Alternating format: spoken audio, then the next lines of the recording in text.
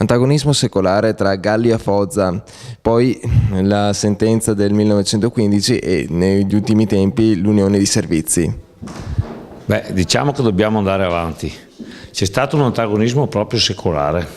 Ci sono stati addirittura 200 anni di battaglie giuridiche terminate poco prima della Prima Guerra Mondiale.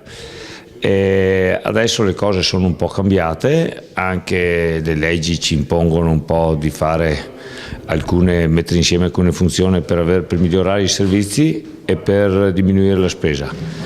Le due amministrazioni hanno iniziato a dialogare, sono state tutte composte da persone intelligenti che hanno capito le cose e quindi non abbiamo trovato nessuna difficoltà.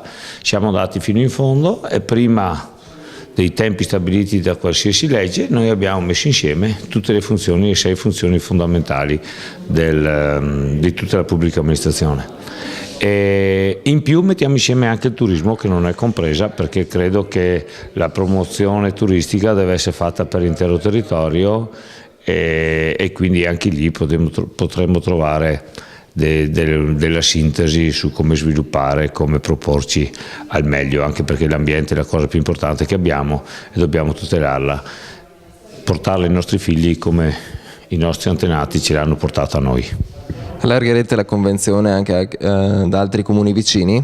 Sì, in quella 29 di luglio, oltre i 2 sindaci che hanno di fatto firmato la convenzione, era presente anche il sindaco di Enego, il dottor Rodighiero, con il quale abbiamo iniziato un dialogo, anche se è un po' più distante, ma comunque diciamo che le condizioni ci sono. Io credo che in poco tempo potremo portare a termine anche la convenzione e quindi dovremo dare gli stessi servizi a tutte le persone che abitano ad est dell'altopiano, su un territorio che è lungo quasi 40 km, dall'inizio di Gaglio alla fine di Fossa sono oltre 15 km, però Enego, alla fine di Enego, che arriva fino al Brenta, quindi a Primorano, ci sono una quarantina di chilometri.